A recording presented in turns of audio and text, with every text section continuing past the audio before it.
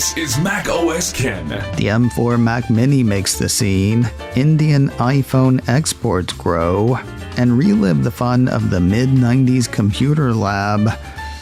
It is Wednesday, the 30th of October, 2024. I'm Ken Ray, and this is news from Mac OS Ken, brought to you by yours truly and sponsored by Incogni, helping you take back your personal data.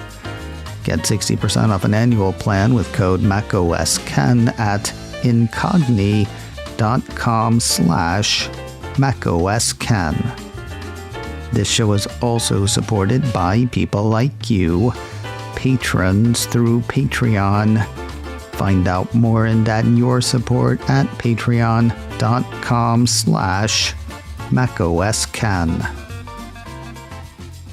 At least Amazon didn't blow Apple's big reveal. I told you yesterday that the online superseller had accidentally posted info about a new Mac Mini. That turns out to have been the second of 3 Mac updates Apple's announcing this week. Once again, Apple did the press release thing and the 10-minute video thing. The former you can find on Apple's site, the latter you can view on YouTube. Apple on Tuesday unveiled the all-new Mac Mini powered by the M4 and new M4 Pro chips. Faster, more powerful, and, not the given it's been in years past, smaller.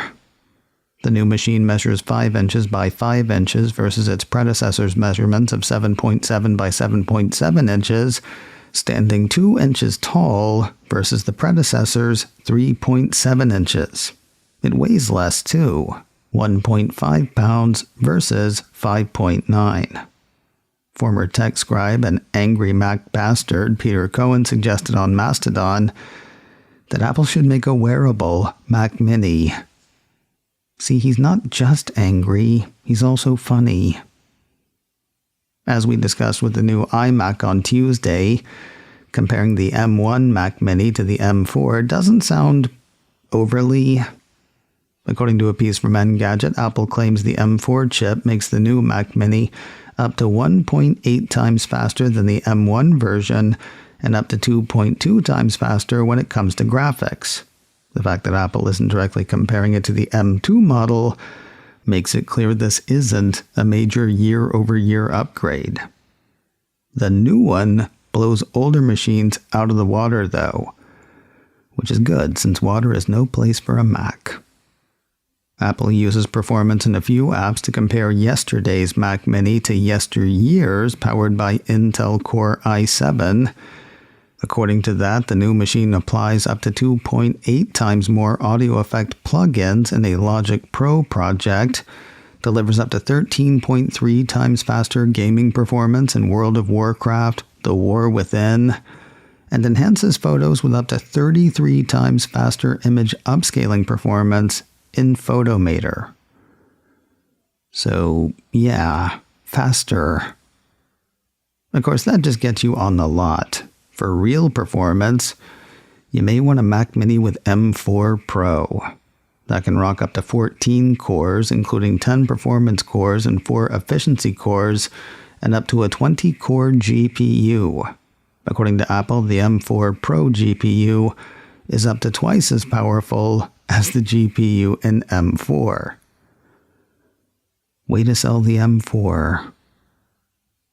If you're wondering where to plug in what, the front sports 2 USB-C ports that support USB 3 and an audio jack with support for high-impedance headphones.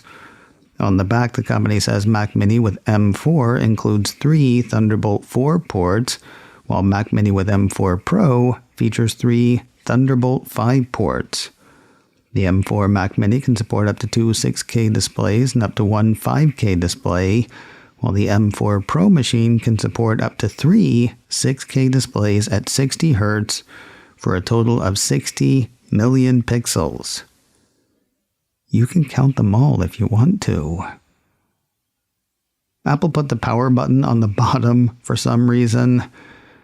I wanted to say some dumb reason, but only because it kind of rhymes. Back of the machine, bottom of the machine. A lot of consumers tend to cram small machines into spaces that are just big enough to accommodate them, so accessing power can be a pain no matter where you put the button.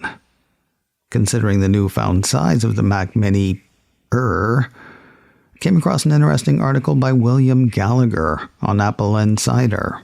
It was about what a pain the change in form factor is going to be for some. While calling the reduced size fantastic, he does point out that it will be trouble for co-location services, rack mounters, and folks with hubs that will no longer fit neatly under the computer. Well, they won't fit evenly, I guess. I mean, if they fit under something that's 7 by 7, they'll certainly fit under something that's 5 by 5. Just might not be as pretty. He's not wrong. It will be a pain for many. Conversely, they will eventually be able to get many more machines into the same space if that ends up being their jam. But yeah, they're probably going to need new racks if they rack mount their Mac Minis. While the new Mac Mini is the same silvery aluminum color it's been for years, it's also green. Apple's press release says the new computer is the company's first carbon-neutral Mac, made with over 50% recycled content overall, including 100% recycled aluminum in the enclosure, 100% recycled gold plating in the Apple-designed printed circuit boards, and 100% recycled rare earth elements in the magnets. Energy consumption and production and shipping were also addressed, and the packaging is now entirely fiber-based, bringing Apple closer to its goal to remove plastic from its packaging by 2025, which, don't look now, starts in a couple of months. From the people who brought you where to plug in what comes when to get what. The Mac Mini with M4 starts at $599, $499 for the .edu crew. The M4 Pro model starts at $1,399. Take $100 off for education pricing.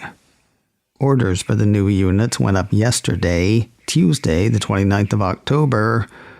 They will be in Apple stores, Apple-authorized resellers, and shoved into corners of consumers in a little over a week, Friday, the 8th of November. More news in a moment, but first a word from today's sponsor, Incogni, helping you take back your personal data. The size of the industry dealing in your personal info is immense. A staff technologist for the EFF recently called it the Wild West of unregulated surveillance. It is a vast, interconnected, opaque industry with hundreds of companies people have never heard of making billions of dollars per year selling your personal data. You can ask them to stop it, petition those data brokers to take your data down, if you know who they are, and how to get in touch, and have time to do it again and again since they are constantly compiling and selling your info again and again. Or you could work with Incogni. Make an account, give them permission to work on your behalf, and Incogni requests data brokers remove your data. Incogni deals with any objections the data brokers have, and Incogni keeps doing it. Whenever a new record is created on a data broker's site, Incogni is ready with another request. I have been amazed by the speed with which they work and the number of companies they have stopped from trading in my data. Whether you want to slow the flow of spam, stifle the annoying robocalls, or guard against identity theft, Incogni is ready to work with you and for you. Take your personal data back with Incogni. Get 60% off an annual plan with code MacOSKen at incogni.com/MacOSKen. That is a great savings, and it comes with a 30-day money-back guarantee. INCOGNI. Get 60% off an annual plan with code MacOSKen at incogni.com/MacOSKen. You know, iPhone manufacturing in India is starting to look like serious business. Bloomberg ran a piece yesterday saying that Apple exported nearly $6 billion in iPhone from India for the 6 months from April through September of this year. That's according to secret sources who say the amount represents an increase of a third in value terms from a year earlier. Interestingly, the amounts mentioned in the Bloomberg piece seem to be about what the manufacturers make, not the amount for which Apple will eventually sell the phones. Thinking in the piece is that the three companies making iPhones in India, Foxconn, Pegatron, and Tata, will hit $10 billion in exports for fiscal year 2024. The report says the news underscores Apple's push to expand manufacturing in the country and reduce dependence on China. Bloomberg points out that India is a crucial part of Apple's effort to lessen its reliance on China, where risks have grown, along with Beijing's tensions with the U.S. Tap to Pay on iPhone has 5 more countries to call home. Mac Rumors says Apple on Tuesday announced activation for the feature in Austria, Czech Republic, Ireland, Romania, and Sweden. You probably know, but just in case, Mac Rumor says the feature allows iPhones to accept payments via Apple Pay, contactless credit and debit cards, and other digital wallets. All transactions are encrypted, and Apple has no information about what's purchased, nor the person who made the purchase. Yesterday's 5 new financial frontiers bring the current number of countries with support for Tap to Pay on iPhone to 17. We'll wrap the day with a couple of Apple TV Plus stories. First, it looks like Presumed Innocent is coming back for a second season with some pretty big changes.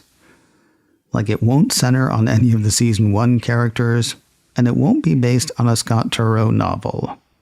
A piece from Deadline has secret sources indicating that Apple TV Plus and producing studio Warner Bros. TV have acquired the rights to Dissection of a Murder, the upcoming debut legal thriller by Joe Murray. Never heard of it? Well, of course not. It's upcoming. Eventually. Book's not due out until spring of 2026. Though still a year and a half away, the piece says the book follows Layla Reynolds, who has just been handed her first murder case. She's way out of her depth, but the defendant only wants her, and to make matters worse, her husband is the prosecutor. Soon Layla is fighting to keep her own secrets buried too. So, not by Turow, none of the main characters. What's the plan here? Well, those are still fluid, but Deadline says Dissection of a Murder is expected to serve as inspiration for the second season of what is shaping up to be a true anthology series. Think True Detective or White Lotus. That said, the piece says it's possible that some characters from Season 1 will turn up in Season 2 for continuity. Behind the camera, Season 1 star Jake Gyllenhaal is set to executive produce, along with returning EPs David E. Kelly, J.J. Abrams, and Mr. Turow. And finally today, any chance we could just not on this next one? The Hollywood Reporter ran a piece earlier this week saying a movie adaptation of the popular grade school computer game Oregon Trail is in development at Apple. Launched in 1971, the report says the game reached cult status among American grade schoolers by the 1990s as one of the first educational computer games allowed in schools, and for its hilariously dark storylines filled with broken arms, typhoid, and dysentery. Yeah, it's apparently going to be an action comedy. Now, I will confess, I was a few years too old for Oregon Trail. Maybe I'd be more excited if I'd played the game at a certain age. Here's the thing, though. I know about the dysentery thing in Oregon Trail. Sounds like a great reason to spend millions of dollars. The film is said to be in early development. No word on when it might be out. macOS Ken, brought to you by me and sponsored by Incogni. Get 60% off an annual plan with code macOSKen at incogni.com/macOSKen. This show is also supported by people like you, patrons through Patreon. Find out more and add your support at patreon.com/macOSKen. Advertising handled by Backbeat Media. Online at backbeatmedia.com. You can reach me a couple of ways. Info at macosken.com or call 716-780-4080. Until next time, that is news from macOS Ken. I'm Ken Ray.